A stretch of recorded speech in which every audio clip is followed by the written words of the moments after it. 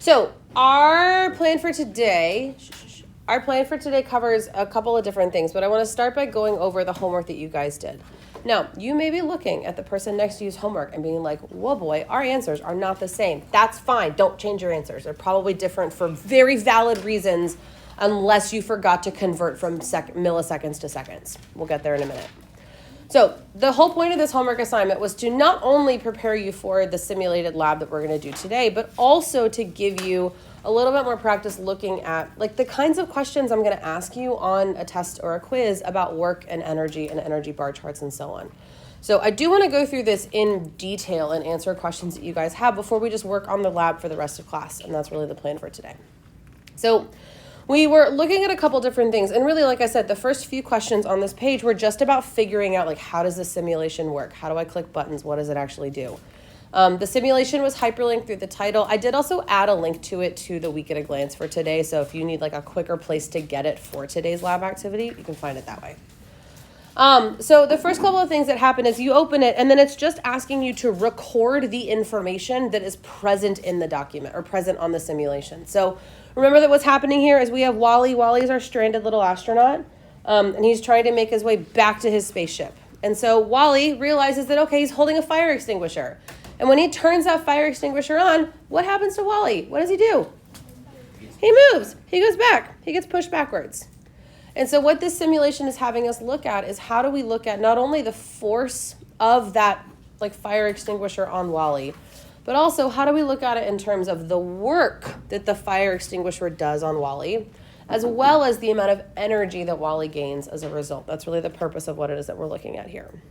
And so the first little bit is just, again, recording the information that we have. So first question was, once you have the simulation open, just record the force and Wally's mass in the space below. Now this should be the same for everybody. Where did you get the force and the mass on the simulation? Where'd you find it? Right there. Right there. It's literally on there. And that feels like a silly question. You're like, Mrs. Downey, why are you asking me that? Because sometimes we forget to read. So you have the force and you have the mass on there already. You don't have to go searching for that. Those arrows will allow you to change the force and the mass. That comes up a couple times in the actual data collection that we're going to do today. So everybody should have the same value for the force. It should have been 115 newtons. And then Wally's mass should have been 70 kilograms. If you changed it just for fun, you will realize that, again, your numbers are going to be a little bit different as we go through this. Not the end of the world. And then the next thing that I asked you to do was actually turn on the fire extinguisher and let it run. And you do that by clicking that activate button. Where we have to be careful, though, is we're looking at the work that is done on Wally by the fire extinguisher. But what we have to consider is that there are these two photo gates at the end. Now, we haven't really used photo gates a whole lot in labs that we have done in our class, mostly because they're kind of an outdated technology. We have better ways to detect motion. But in essence, the way that a photo gate works, it's kind of like starting and stopping like race times. If you've ever run a race before, whether it be short distance, long distance, whatever. The minute that Wally actually reaches and passes through that first photo gate, a timer will start. And then when he passes through and he breaks, it's literally a laser running from one point to the next. It stops that timer. And that's where you see that photo gate time down there on the bottom. That was the amount of time that it took Wally to travel the 10 meters from one side of the photo gate to the other. But what's really important is that you want Wally to be traveling at a constant speed through the photo gates. And so you could turn on the fire extinguisher by hitting that activate button, but you did need to turn the fire extinguisher off just somewhere before he hits that first photo gate. Because then Newton's second law says that if there's not a force anymore, you're not going to accelerate. He's going to keep moving because he has inertia, but he's going to move at a constant speed. So that's why we have that instruction there of allow it to run, but shut it off before Wally reaches the photo gates. Keep that in mind as you're doing the lab activity today. So this is where your numbers are likely going to be different from the people next to you, because everything from here on out depends on when you stopped the fire extinguisher from running, whether you let it go for 10 meters or 20 meters or 50 meters. So I'm going to use your data just as an example as we talk through this, but please know that at this point, your calculated numbers are going to be different, and that is okay. You can still follow along with the same conversation.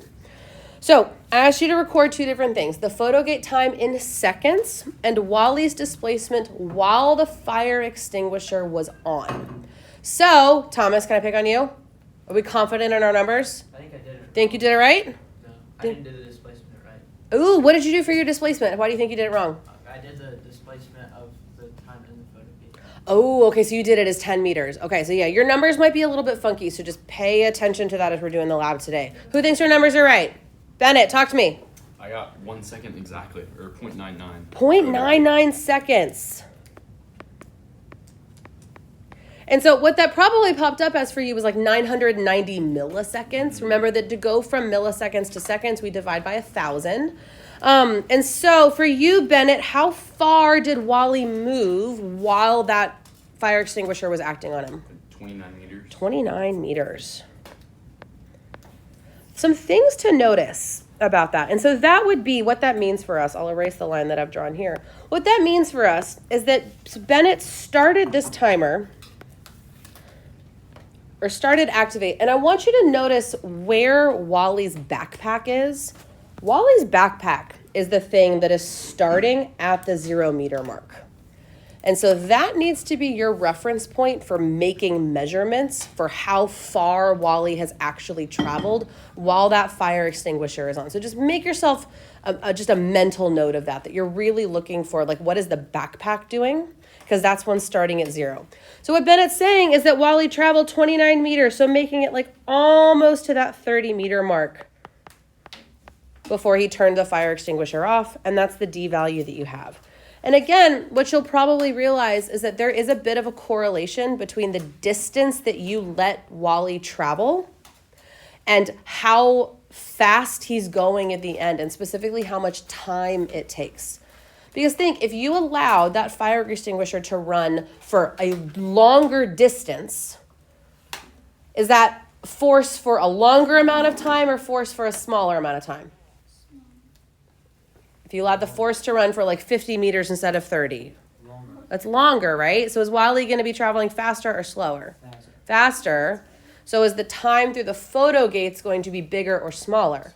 Ooh, smaller, right? Smaller time for the same distance means you're going faster. So again, this is where your numbers are going to start to look a little bit different. I'm going to use Bennett's numbers just to show you what this is. But if you realize that you have done something incorrectly, please feel free, because at this point you can't really go back in the simulation and collect data that you've erased. You are welcome to, if you realize, I'm not picking on you, Thomas, that like you used 10 meters for the displacement instead of when the fire extinguisher was on, please feel free to use the numbers we're going through just so you have this as an example. So the next question was, the photo gates are spaced 10 meters apart. How fast was Wally traveling as he passed between the photo gates? So we're looking at this really small amount of time. And what Bennett's numbers are is that it took about a second, 0.99 seconds, for Wally to go from one photo gate to the next. That's a distance of 10 meters. How could we figure out how fast Wally was traveling during that amount of time? What could we do? V equals D over T. Because we know that the speed of an object, when it is a constant speed, is just distance over time. But we're specifically using the distance that Wally traveled between the photo gates because that is the time interval that we have. So we're going to do 10 meters. We're going to divide it by 0.99 seconds. Bennett, how fast is Wally going? 10 meters a second. About 10 meters per second. Or like 10.1 something or another. And so what that showed us is that we have, if I go back to sort of our initial image here, we've got Wally here in the very beginning who is initially at rest. That's the whole point. Wally's stuck out in space. But he turned this fire extinguisher on. The fire extinguisher exerted a force on him, caused him to accelerate. And at the very end of all of that, he's traveling at about 10 meters per second. And that's the language that we would have used so far when we were talking about forces causing changes in motion. What we understand now, though, is that Wally got faster. He experienced a change in energy. Specifically, what kind of energy? Kinetic energy, good. Because what did the fire extinguisher do to Wally? What did we talk about on Wednesday? It did work. right? Forces do work on objects to cause them to experience a change in energy. That's the relationship that we're looking at today. So we have figured out how fast Wally's traveling at the end. Now let's look at the last question on there. How much work did the fire extinguisher do on Wally while it was firing? Well, please remind me, somebody, how do you calculate the work done on an object by a force? What's our formula? Good. W equals FD cosine of theta. What is the F in that equation? The amount of force, yeah. For us and for everybody, it's going to be 115 newtons. This is where your numbers are going to deviate. Because what is the D in this formula? Yeah, it's the displacement, but let's be really careful. It's not the displacement between the photo gates. It's the displacement that Wally experienced while that force was acting. So for Bennett, and the numbers that I'm using is 29 meters, but it's going to be different based on your simulation. And again, if you didn't record that information correctly, just use imaginary numbers for now. Use the ones that we're doing so we can have more of a conversation. We have distance of 29 meters. And then there's theta. What is theta? Not for this problem, but in general, when we calculate work. What do we want that angle to be? Ooh, we got an answer of 180. So don't give me the number. Give me the definition. What is theta? The angle between the direction of force and the displacement. The angle between the direction of the force and the direction of the displacement of the object. And this is where you got to be a little bit careful with the concept of a fire extinguisher. Because who's used a fire extinguisher before? Anybody? Or like seen it, seen videos, understand the concept? Right? You pull the pin on a fire extinguisher, you squeeze the lever, and then what happens? Pushes you back. Yeah, stuff comes out and it pushes you back. So yes, there is like material coming out of a fire extinguisher that Wally is releasing. But what we're focused on is the force that Wally experiences from that. The fire extinguisher is pushing Wally backwards, not forwards. And so what that means for us is if theta is the angle between the direction of the force and the direction of the displacement, if both Wally's displacement and the force are in the same direction, what is theta? 0. It's 0 degrees. Even though they're both pointing to the left, that's not what that angle is. It's the angle between the direction of the force and the direction of the displacement. And since they're both pointing in the same direction, there's a 0 degree angle between those two vectors. So be careful with your angles there. So then we can calculate the amount of work that's done. We have the force, you have the displacement. We know that theta, at least for this, is 0 degrees. So Bennett, how much work did the fire extinguisher do on Wally? 3,335 joules. 3,335 joules. And again, depending on how long you and your particular homework let the fire extinguisher go, you're probably going to get a different number. That's okay. But we need to know how to calculate work. What questions are in your brain so far? Because that's basically the data that we're getting from this simulation. And then we're going to review like concepts of work and energy in a minute. But yes, ma'am. So if I did 180, but it was 0, would I have like the same numbers? It would just be not negative. It would be exactly right. So Alice Graham's question is if you do cosine of 180 is just -1. So you would just get negative 3,335 joules. Where we do want to consider why that's not correct, though. Remember, positive and negative work tells you if we're adding or removing energy from a system. So just zooming out literally on this whole thing, did Wally gain energy or lose energy because of this fire extinguisher? He gained it, right? So we know it has to be positive work. So you can do a little bit of a gut check there and say, okay, is the sign of my work, does it make sense based on what it is that we're doing? So big picture sort of energy considerations here. And this is where you're going to start to see a little bit more guidance provided to you. We've had a lot of really powerful conversations about how we define a system, what's in a system, and all the different like iterations that you could have for how to analyze the energy changes in a scenario. But as you've seen, that means that there's about 4,000 different ways that you could set up a problem. And so what I'm going to start doing from here on out is giving you specific information on who or what is in the system and what is external. Because what we're getting to is that sets up the mathematical framework that we will use to solve these problems. And there is a correct way to do that. So I'm going to start providing you some more information about what's your system here. Like what I said, we are going to consider Wally to be the only object in the system. The fire extinguisher and anything else is external.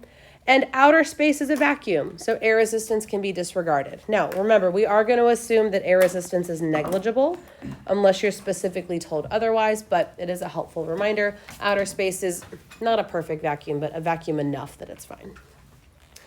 So we want to use an energy bar chart to show the changes in energy that Wally experiences from when he's just at rest, holding a fire extinguisher in the beginning, to when he's actually moving through the photo gates. That's sort of our beginning and our end. And you don't have to label, like I just did, the initial and the final states, but if it is helpful for you, please do so. And again, I've got some practice problems that we're going to look at later where I do tell you the initial state is this and the final state is this, just to give you a little bit more guidance on what we're concerned with. So, looking at what's happening with Wally. If Wally's at rest, let's look at our initial bar chart here. If Wally's at rest, does he have any kinetic energy? No. Remember, kinetic energy tends to be the one that is the most straightforward to identify. If you're not moving, you don't have kinetic energy. If you are moving, you do. Done. Now, Wally is in outer space. Nowhere near any other planets, any other stars. There's no interactions with a gravitational force. So are we concerned with gravitational potential energy here? Nope. Is there a spring or a wire or a rubber band that's been stretched or compressed? No. So we don't have elastic potential energy. So in the very beginning, what we see is that Wally has no mechanical energy at all. Now, that's not a bad thing. And again, you don't necessarily have to label it. I'm just trying to take some notes on this. So if you pull this document up later for review, you've got notes of our class conversation. But then we can go and we can look at, well, what's Wally doing after? We know that Wally's moving. So what kind of energy does he have to have? Kinetic energy. I am not at all concerned with the size of your bars. You need to show that there's kinetic energy. The relative heights or so at this point, not the most important thing in the world. We're still not going to see gravitational potential energy. We're still not going to see elastic potential energy. Are we concerned about the potential production of thermal energy here from Wally? No, why not? There's no air resistance in space. There's no air resistance in space, and Wally's not like dragging against a surface. So we don't care about thermal energy.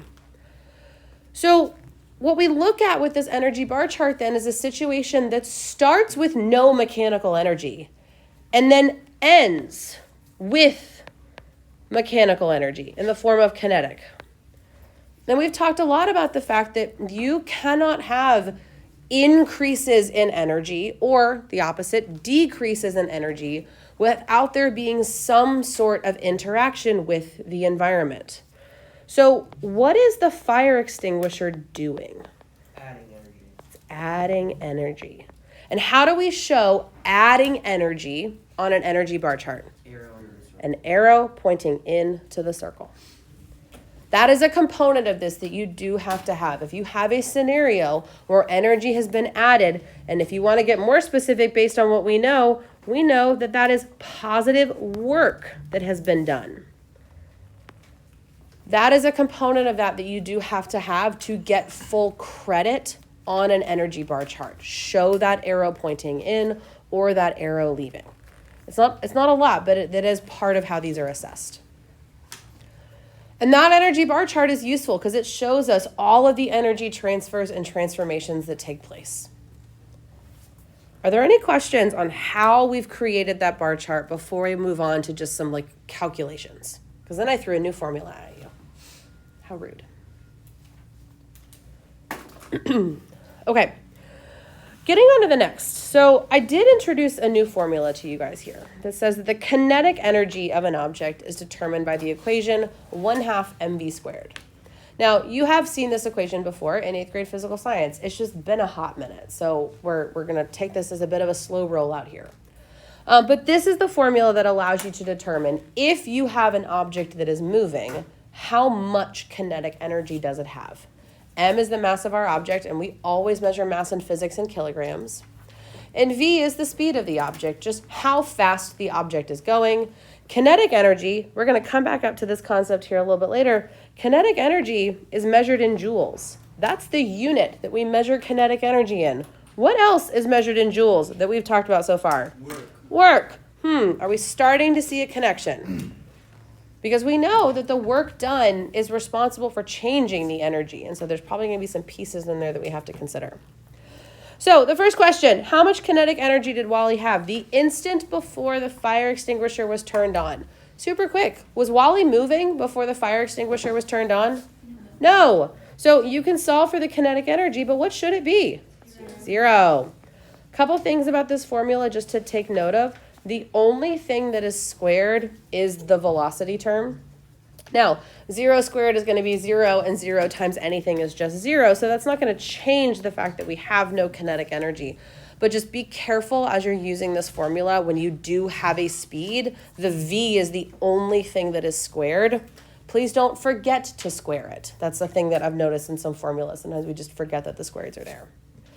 But then there's the question of how much kinetic energy did Wally have while he was passing through the photo gates. And this is where that speed calculation that you did on the front of your page, where like Bennett figured out that Wally was traveling at about 10 meters per second, this is where you're going to use your number to calculate the kinetic energy. Or if you totally goofed this up, use mine. That way you have, or use Bennett's, honestly, so we have some conversations to have.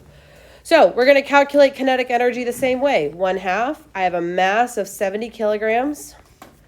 Bennett tells me that Wally's moving at about 10 meters per second. We're going to square that. So Bennett, how much kinetic energy did Wally have? I forgot to square it. 3,500. Right? Yeah. 10 squared is 100, and then that's 7,000, 3,500. Sounds about right. So the final amount of kinetic energy that Wally had when he was passing through the photo gates was 3,500 joules. Now on to C, determining Wally's change in kinetic energy. What is the symbol that we use for change in math and science? Delta, which looks like what? Triangle. It's the Greek letter delta. It means change. But how do you calculate the change in any value? Good. Final minus initial. And that does matter. Because in terms of energy, or really in terms of any quantity that we are calculating a change value for, you can have a positive change or you can have a negative change. What would a positive change mean has happened? That energy was added. Yeah, it's an increase. So then a negative change would be a decrease. So it does in fact matter that you do final minus initial and not initial minus final, or else you're going to get some funky numbers here. So we can calculate our change in energy. For here, it's pretty straightforward. Our change in kinetic energy, it's just going to be a final, at least for Bennett, of 3,500 joules minus 0.